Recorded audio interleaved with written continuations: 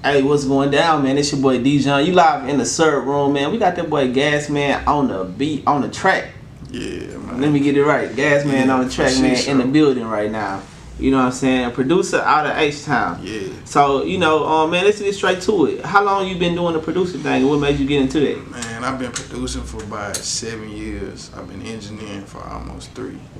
Okay. And music, man, it's just naturally, it's a part of me. It's my whole family, in some regard, do music. My grandpa been playing guitar since as long as I can remember. So it's in my blood. So naturally, it was just natural progression in my opinion.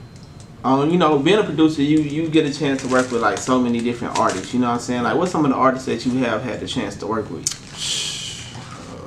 Young Thug, Chucky Trill, CJ Casino, Lil Jairamy, T-Flu. That's just to name a few.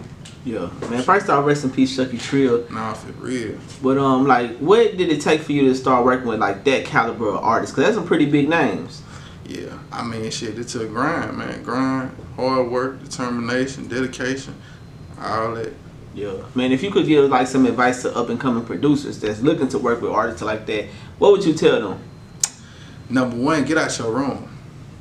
Get out your room. A lot of these producers, they bedroom producers, and you can do a lot online today with social media, email, this, that, and the third. But one thing about sending beats via email, man, it's like playing roulette. You know what I'm saying? It's like a shot in the dark, throwing the dart at the board, hoping it's gonna stick type shit. So you might win, you might not. But getting out your room, getting in that studio, meeting people, you more likely to meet those caliber of artists. Already. Do you feel like being a producer right now, you have to develop a certain type of sound? Like, it got to be a certain type of sound for it to rock right now? Or do you kind of just stick to what you feeling at the moment? Well, it all depends. It all depends on what your goal is at the end of the day. If your goal is to be, out here with everybody else in the mix, then yeah, you kind of want to keep your ear to the streets, be aware of the current sound, be able to give these people what they want, so to speak. But also, you don't want to limit yourself to just what's current right now or what's going on in the streets, because the thing about it, sound, it evolves. So you kind of want to, along with being with the times, you want to be ahead of the curve too. Yeah, for sure. How do you decide what artist gets what beat? Let me be honest. Yeah. Or is it like first come, first serve? And number one, it's first come, first serve, and it's first bag, first serve. Nah, for real, whoever come with that bag, that's who get the beat. Have you ever like saw someone a beat and then like later on you kind of heard it or like heard the song to go with it and you was like, damn, I think I undercharged them. Like I should have taxed on that one. I wouldn't say it's like that. Well, I say this. I'll say I've sold beats and then I heard the song and I'd be like, damn, I wish I wouldn't have sold that. Let's take it back a little bit. How did you end up with the name GasMan? Man, well, see, if I was able to do me right now in this interview, you wouldn't even be asking me that question. But it's one of the reasons I got that name is because I smoke a lot of pressure. A lot of pressure. Is that motivation for you when you making beats? Hell yeah, it give me a whole nother vibe. Do you feel like a lot of times you gotta, go to that level, like just sitting at home sober, no grass on deck, you calling everybody, ain't nobody picking up, you gonna still have that inspiration to make those beats? I ain't gonna lie to you. That in particular situation you speaking on, that's a rarity for me. That's hardly ever gonna happen. Like, I don't allow myself to run out like that. But I can do it sober, certain times. There's certain times where I may start an idea and I ain't really smoking nothing yet or whatever, but in the midst of me doing what I'm doing, I'm gonna spark something though.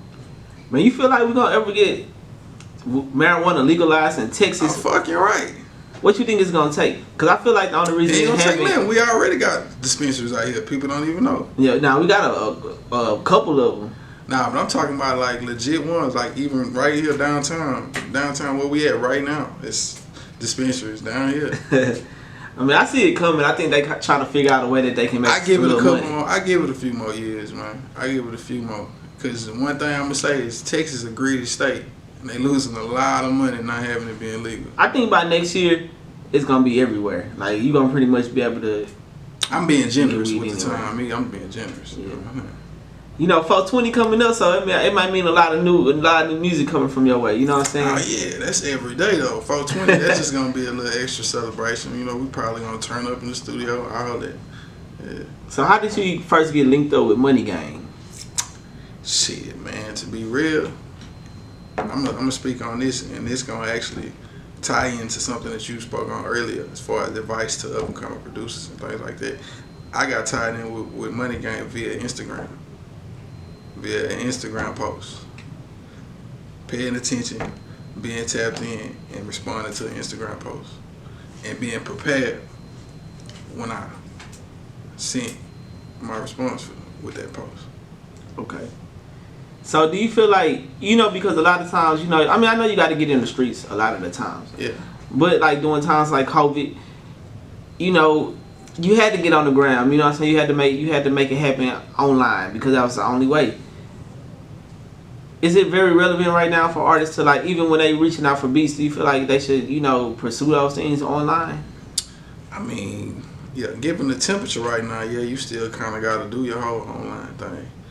But to be honest with you, man, it ain't nothing like getting in the studio and being able to vibe with an artist and vibe with a producer and come up with a hit like that. The internet, I mean, of course, you know what I'm saying, it's done. It's done every day, all day long, but with me, I'm about more organic. You know what I'm saying? I like shit to happen organically. Like speaking on, like the situation with Lil Simone, one of the artists at Money Gang. Working with her, she able to do one of the few things I really let people even do that much, which is actually sit with me as I'm making a beat. And being able to vibe like that, it ain't nothing like it. Do you feel like it's more like better for an artist to sit there as you make the beat because how they can kind of have like an input and, you know, kind of match they vibe with what you doing, or you prefer to just let them hit a finished product? To be honest with you, it's situational. It really depends on the artist and their skill level. You know, you got certain artists that can sit there with you while you cooking it up, and by the time you finish the beat, they probably ought to cook half the verse done. But then you got other artists that'll sit there while you making the beat and they just listening to the beat, and by the time you finish, they still ain't got nothing done, and you got to go through the process of them punching in or them trying to come up with some verses. Those artists, you may just want to send the beat, let them come up with it on their own, write to it, and then come to the studio. Yeah, for sure. Is it different kind of being a producer coming out of Houston? Because, I mean, we very familiar with a select few artists, but it's a lot of artists that is really making moves that, you know, we might not be so familiar with, but they really hot out here in the streets, you know what I'm saying? Mm-hmm. Just haven't broke yet. Is it kind of, you know, because, you know, you say like for in Atlanta, you got so many major producers, so many major artists that it's just always going around, but in Houston, do it kind of get hard, like, with people not wanting to spend money or, you know, all that type of stuff? Oh, man. To be honest, yeah. I mean, you got bullshit people everywhere, though. That's a fact. You got bullshitters everywhere, man. So, to be honest with you, it really don't even matter. Houston, Atlanta, I'm sure they got bullshitters out there, too. So, it's really all about weeding out that. That's what it boiled down to at the end of the day. And what were some of the producers that you came up like inspired by, or that you came up listening to that really made you want to jump into the game? That's a long list. But to name a few, shit, I would have to say Organized Noise, #1. Pimp C, Mike Dean, Zaytoven. Shit. Who else would I have to say? Big Crit. And it's a few more. Oh yeah, and if for the ones that may not know, let me give them a few more current ones. Like the Metros, Southsides, Weezes. I look up to them too. All them niggas hard too.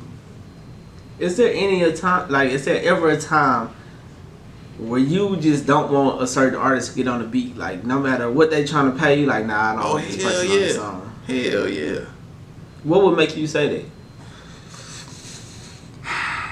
If it just ain't working, like the type of your flow, your subject matter, if it just ain't hitting to me, like, So sometimes it is deeper than the money. Oh yeah, for sure. Cause your name gonna be attached to it in a way. Exactly.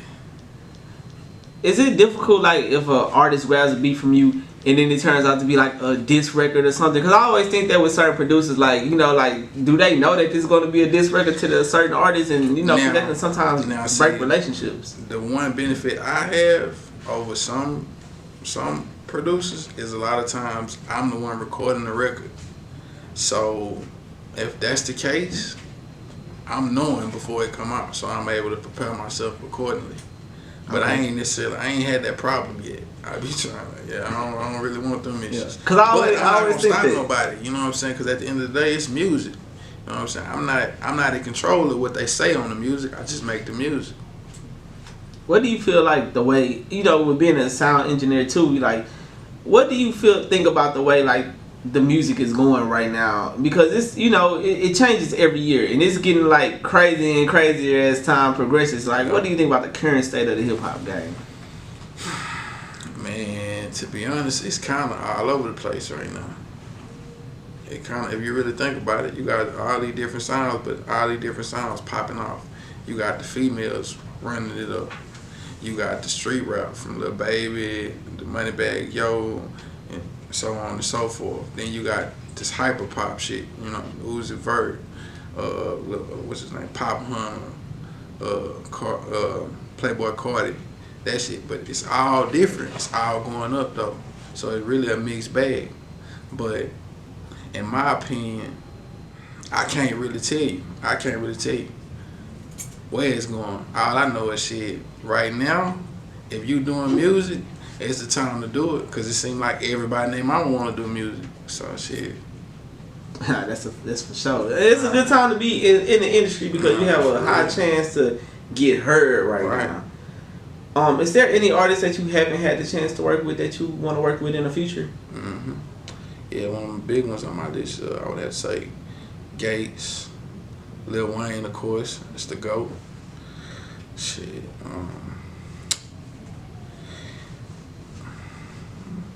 Them like the main two. But then, of course, like Lil Durk, Lil Baby, all of them. You know what I'm saying? Yeah.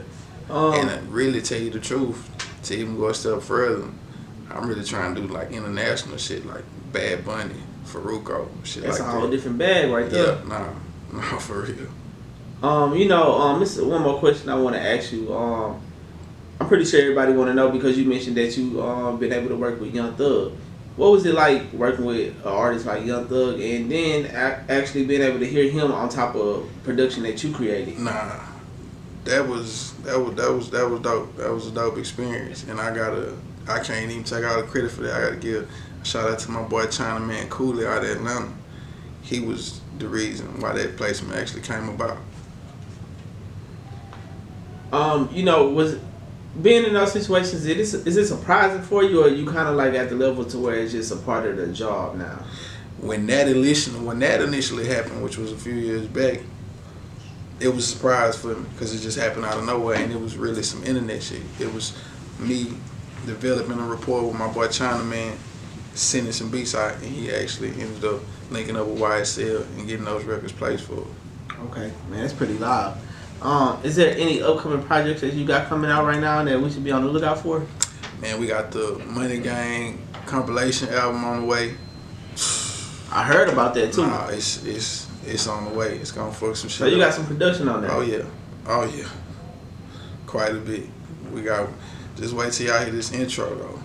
The intro to the tape gonna fuck the streets up. Do you have any production on the Psych Ward album from Money Gang Slugger? I hadn't got nothing on that one. Not on that project. We got some other shit in the works too though, me and Slug. Man, that's what's up, man. I want to give you a chance to let everybody know where they can find you at. You know, just plug in your Instagrams and all that right now. Man, y'all can follow me at GasManOnDaTrack. GasManOnDaTrack. Already, man. There y'all have it, man. GasMan on the track. Y'all make sure and tap in. Just real quick, like, how can people, you know, that's interested purchase beats from you? Man, either you can DM me or you can hit me in my email, man, which is the same thing, GasManOnDaTrack@gmail.com. Either one of those, man, I'll get back to you as soon as I can. Do you do the YouTube thing, or you feel like that's a waste of time? No, it's funny you even bring that up because I was having a conversation about that a couple of days ago with one of my managers. And now, me personally, I don't do the YouTube thing. It's no knock to all the dudes running up they sack off of YouTube, the ones getting their placements off YouTube. I just got a different vision for what I'm trying to do and a different goal. I like to think about it as like this here. Can you go on YouTube and get a Metro beat? Can you go on YouTube and get a Timberland beat? Can you go on YouTube and get a Southside beat? So on and so forth. And you get a tight beat. Yeah, you get a tight beat, but it ain't gonna be made by neither one of them. So the answer is no. And I see myself on the same level as all the names I named and more. So yeah, no, that's why I choose not to go that route. Already. I know I said that was my last question a second ago. I got one more question for you though. Today, what would you say is your biggest song? Biggest song today? Damn. I'm gonna have to give it to right now. I'm gonna have to say my boy Chucky Trill. I remember it's the first record off of his first project. Okay. Yeah. How did you first link with Chucky Trill? I linked with Chucky Trill through my sister. She had just got out the pen, and she had linked up with him and basically was telling him about me. And he reached out to me, and I ended up pulling up to him at the studio, at Cash Committee Studio. Okay. Yeah. Yeah. Man, shout out to Chucky Trill. We had him on the show a few times. R.I.P. my bro, man. I want to say one thing about Chucky Trill. He was always out here working. I think he kind of set the you know, he kind of set the way that an artist should move in Houston as far as what you should be doing, being at every event, you know, every concert. He was on the Streets Verified concert with everybody, you know. And he wasn't even out that long. I think he came out like 2016 and really took off and like put in that work and grinded. You know what I'm saying? Got his name known out here. So that's pretty loud, man. Rest in peace, Chucky Trill. But man, I appreciate you for coming through. You know what I'm saying? I appreciate having you on the show. And we look forward to all the projects that you got coming out. One more time, just go. Big pressure on the way. Let them know where they can find you at one more time. Man, GasManOnDaTrack on IG, man. GasManOnDaTrack at gmail.com. My email, man. Y'all tap in. Get at me get some of this pressure, man. Don't play like this. Already, man. It's the Tsrhouston. We out here.